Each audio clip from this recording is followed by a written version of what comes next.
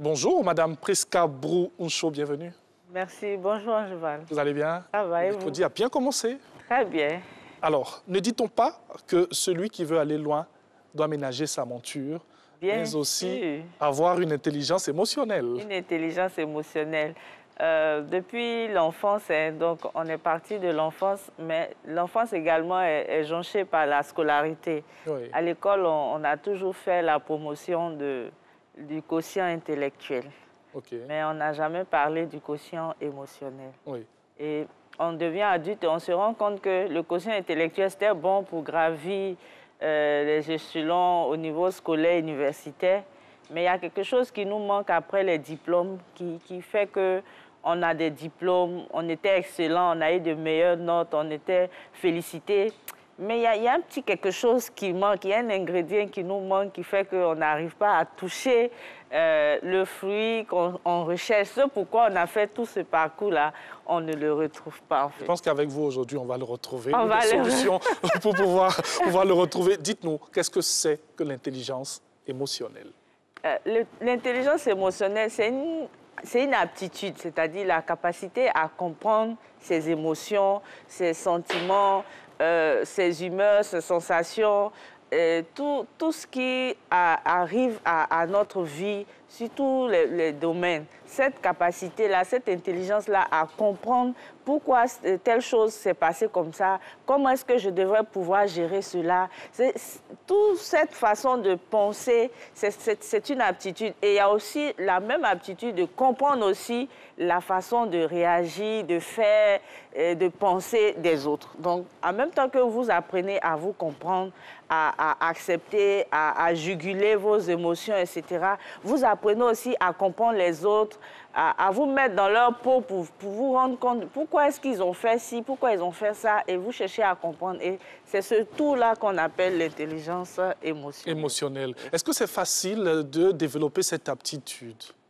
Bon, ce sont des compétences qu'il faut avoir. C'est pour ça que je disais que l'école nous a appris à développer notre quotient intellectuel en révisant, en mémorisant, etc. Oui. Mais on ne nous a pas appris à développer également notre quotient émotionnel.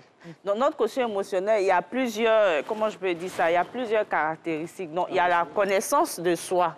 Dans la connaissance de soi, il y a la conscience de soi. Donc, dans la conscience de soi, il y a mes qualités, mes défauts, mes capacités, mes valeurs, tout ce qui va prendre en compte notre identité. Et donc, quand vous avez l'information sur vos capacités, sur vos dons, sur vos talents naturels, ça va générer naturellement en vous une confiance en vous. Oui. Donc, quand vous avez confiance en vous, vous allez passer à l'autre étape, c'est la maîtrise de ses émotions.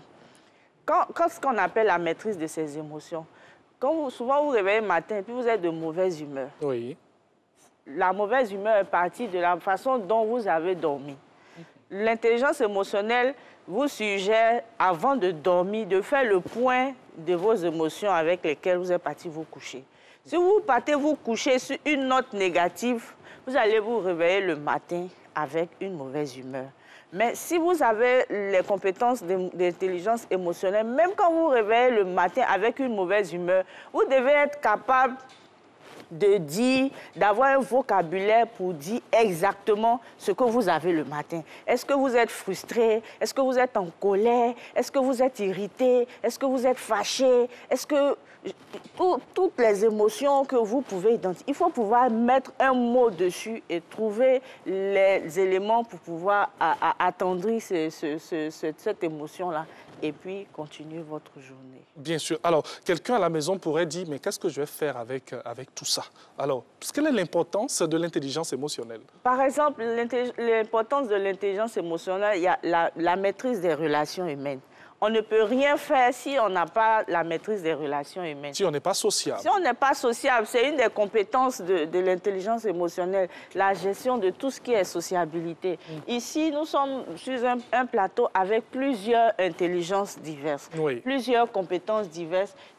Si vous avez un chef qui a une intelligence émotionnelle, il arrive à comprendre pourquoi telle personne réagit de telle manière. Et aujourd'hui, tout le monde, quand on fait l'émission, c'est parfait. Mais il peut arriver un jour, Angeval, ou bien Alix, ou bien quelqu'un dans la salle va commettre une erreur. Et le chef, s'il se met à crier, par exemple, vous avez fait quelque chose qui n'est pas bien, vous travaillez mal, ce que vous avez fait là, c'est pas bon.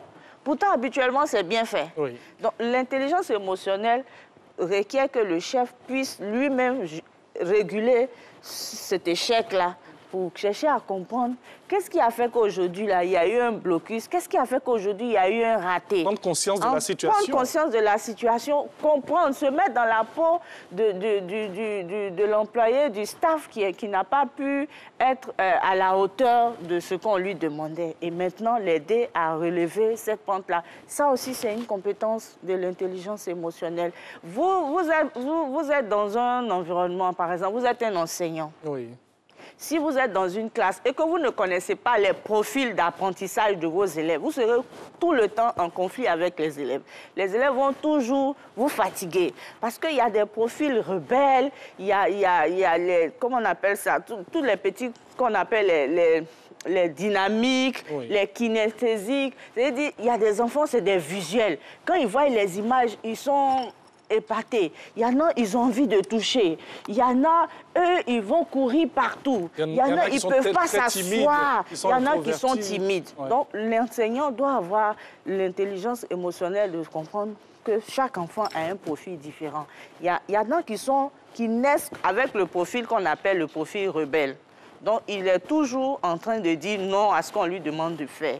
Mais dans le fond, c'est quelqu'un qui est très sensible. Et donc, vous qui êtes l'adulte ou bien l'enseignant, que vous êtes en face d'un tel genre d'enfant, vous comprenez que c'est un profil qu'il a. Et donc, votre intelligence émotionnelle va faire en sorte que vous puissiez activer la partie sensible de cette personne-là pour avoir le meilleur de lui, que de toujours en train d'être à couteau tiré avec cette personne. Bien sûr. Merci pour tous les exemples que vous donnez. On va vraiment rester dans les exemples pour plus de compréhension. Nous sommes en entreprise. On peut rester en entreprise avant d'aller en famille aussi, parce que de ce côté-là, on parle aussi d'intelligence émotionnelle. Donc, nous sommes en entreprise. D'accord.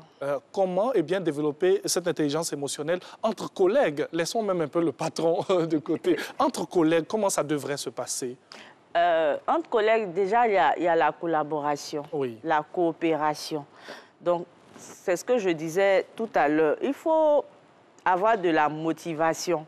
Donc, d'abord, l'intelligence émotionnelle, il y a la maîtrise de soi aussi qui entre en ligne de compte. Donc, la maîtrise de soi, il y a la gestion de vos émotions, il y a tout ce qui est adaptabilité, il y a tout ce qui est fiabilité. Par exemple, l'adaptabilité d'un collègue, c'est quoi? Aujourd'hui, on envoie une innovation. Donc, si vous n'êtes pas quelqu'un qui vous adapte facilement, oui, vous avez pris 5 ans, 10 ans à faire la même chose. Aujourd'hui, quelqu'un vous dit non, on fait autrement. Et puis, vous êtes fâché parce que ça ne vous arrange pas. C'est pas dans vos habitudes. Ça mélange, ça bouleverse tout votre programme. Et vous rentrez dans un état qui fait que l'ambiance du service, le travail ne va pas se faire correctement. Donc, l'intelligence émotionnelle, vous devez pouvoir développer toutes ces capacités, toutes ces compétences-là pour pouvoir avoir une harmonie au niveau du service. Alors, est-ce que quelque part, il ne devrait pas avoir un esprit ouvert de la personne en face pour pouvoir vraiment ingurgiter toutes ces valeurs-là? Bien sûr que si, par exemple, dans la motivation et les compétences sociales, nous avons la communication. Oui. La communication, c'est une des compétences de l'intelligence émotionnelle. Il y a plusieurs formes de communication. Donc, pour pouvoir comprendre ce que l'autre dit, il faut se mettre déjà dans la peau de cette personne qui parle.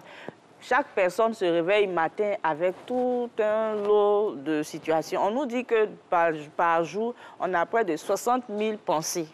Et sur les 60 000 pensées qui passent dans notre esprit, il y a 80% qui sont des pensées négatives. Donc, on est constamment en conflit avec nous-mêmes parce que c'est le positif qu'on cherche au quotidien. Donc, il y a un travail que il y a un défi quotidien pour chacun. C'est pour ça que l'empathie, qui fait partie des caractéristiques de l'intelligence émotionnelle, doit être sollicitée. Il faut avoir beaucoup d'empathie pour soi et beaucoup d'empathie pour les autres. Alors, quelqu'un dira peut-être à la maison, tous ces efforts-là, bon, je vais les faire comment? Dans la pratique, même ça, vous allez dire, je vais aller très dans les détails aujourd'hui, mais on va rester vraiment dans les détails. Est-ce qu'il faut prendre des notes de temps en temps? Est-ce qu'il faut prier aussi? Enfin, il y a un gros tout. Qu'est-ce qu'il faut faire pratiquement? L'intelligence émotionnelle, Oui. si je veux me résumer, c'est une façon de dire, il faut être plus malin que le diable. Je m'explique. C'est-à-dire que vous êtes dans une situation, je prends un cas facile, vous êtes dans un cadre professionnel où tout le monde s'acharne contre vous, ou bien il n'y a pas d'harmonie au niveau du service. Il y a plusieurs petits clans. Vous avez le sentiment de ne pas être compris. Non seulement vous avez le sentiment de ne pas être compris, mais quand vous avez l'intelligence émotionnelle, là, vous n'entrez pas dans ce jeu de clan. C'est-à-dire que vous ne faites pas partie d'un clan. Vous dites de ne pas parler des patrons, mais dans l'entreprise, le cœur de l'entreprise... Non, allons-y. Hein. Je les avais mis juste à côté, mais on les reprend. Le cœur de l'entreprise, c'est le chef. Oui. Par exemple, vous arrivez dans des endroits, on te dit que le chef, il est trop dur, il est compliqué. Celui-là, on espère que ça va aller pour vous. Celui-là, il est difficile. Et vous, avec votre intelligence émotionnelle, vous arrivez à collaborer avec ce chef-là et vous n'avez jamais de problème avec ce chef. La même intelligence émotionnelle, tous ceux qui ont une bonne intelligence émotionnelle, ils arrivent quelque part, ils ne respectent pas l'ordre, comment je dis, chronologique des choses. Il y en a qui sont là depuis 10 ans, ils disent que bon, comme c'est moi, je suis là depuis 10 ans, s'il y a une promotion, c'est moi, ils vont prendre. Oui. Il y a des gens qui ont une intelligence émotionnelle développée, ils arrivent au bout de 1 an, c'est eux qui prennent la position. Parce qu'ils ont compris que, par exemple, le matin, il faut apprendre à discuter, faire un feedback avec ses collègues. Comment est-ce que vous trouvez, est-ce que le travail est bien fait? Est-ce que vous pensez que la façon dont je collabore vous convient? Ah, monsieur le chef, bonjour patron, est-ce que j'ai fait ce que vous demandez? Qu'est-ce que vous voulez que j'améliore? Vous savez, le sentiment le plus important chez l'homme, c'est se sentir important. C'est se sentir valorisé. Donc, quand vous êtes dans un environnement, que vous avez une intelligence émotionnelle, vous comprenez qu'il faut valoriser les gens. Et très souvent, les gens qui ont une intelligence émotionnelle, leurs semblables les prennent pour des gens qui sont idiots, qui ne savent pas ce qu'ils veulent. Du genre, toi, c'est tout toi qui laisse les choses, c'est tout toi qui est bien avec tout le monde. Mais parce que tu as un objectif précis, tu veux réussir quelque chose, donc tu sais que telle personne n'est pas agréable. Mais toi, ce n'est pas le fait qu'il ne soit pas agréable qui t'intéresse. Ce qui, toi, t'intéresse, c'est qu'est-ce que lui, il va t'apporter. Ce n'est point de l'hypocrisie. Voilà, ce n'est hein? pas de l'hypocrisie. Okay. Ce n'est pas de l'hypocrisie. Parce que dans l'intelligence émotionnelle, le feedback nécessite que si moi, je vous ai offensé en cheval, c'est de me faire asseoir pour me dire, ah, Prisca, il y a telle chose que tu as fait hier que je n'ai pas appréciée. Parce que l'intelligence émotionnelle, ce n'est pas être gentil à bout de champ. Non. L'intelligence émotionnelle nécessite que vous puissiez exprimer vos émotions. Tout à l'heure, je vous ai dit, si vous êtes en colère, il faut être à mesure de dire « je suis en colère ». Si vous êtes en joie, il faut être à mesure de dire, mettre le mot pour dire c'est de la joie, c'est de la tristesse, c'est de la peur. Il faut pouvoir vous exprimer parce que plus vous vous exprimez, et il y a un lien entre les premiers sujets et le sujet d'aujourd'hui. On est corps, on est âme et on est esprit. Plus on exprime ce qu'on vit, plus on ne refoule pas ce que quelque chose s'est passé. Je suis en colère avec le collègue. Si je ne lui exprime pas ça, ça va ressortir d'une autre façon. Un autre matin, je vais arriver ici, je vais crier alors qu'il n'y a rien eu.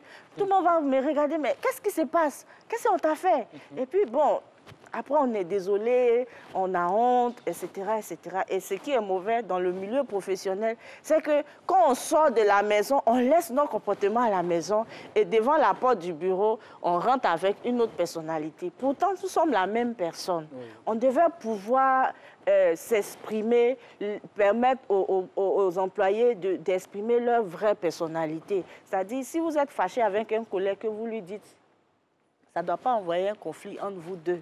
Oui. Parce qu'on n'aime pas ça, que quelqu'un me fasse asseoir pour dire « tu as fait ça, ça ne me plaît pas ». On n'aime pas.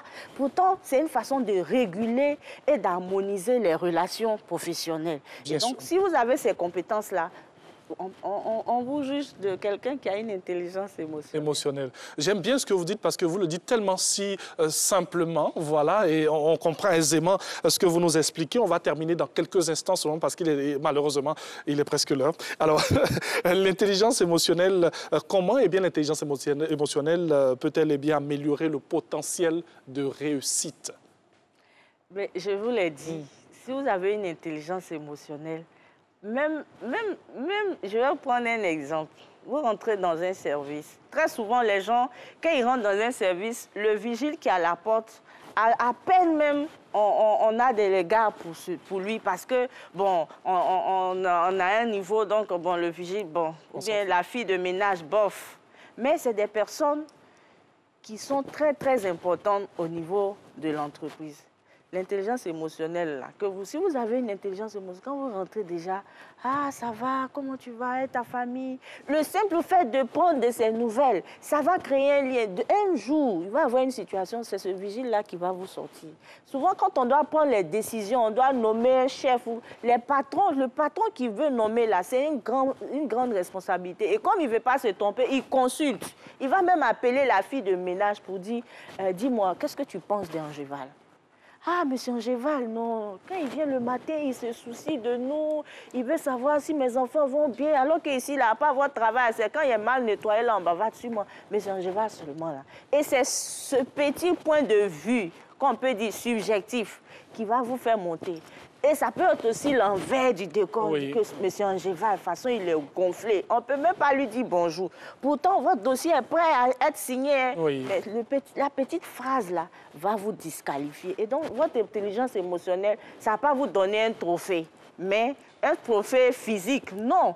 Mais des gens vont parler un jour en votre faveur. Et vous-même, vous parlez en votre faveur. Et ça va vous permettre d'être en harmonie avec vous-même. Vous êtes en harmonie avec vous et avec les autres. Merci beaucoup. Donc, comme je le dis, il faut être plus malin. Pour terminer rapidement. Il faut être plus malin que le diable. En tout cas, merci beaucoup, Madame Priska Brou.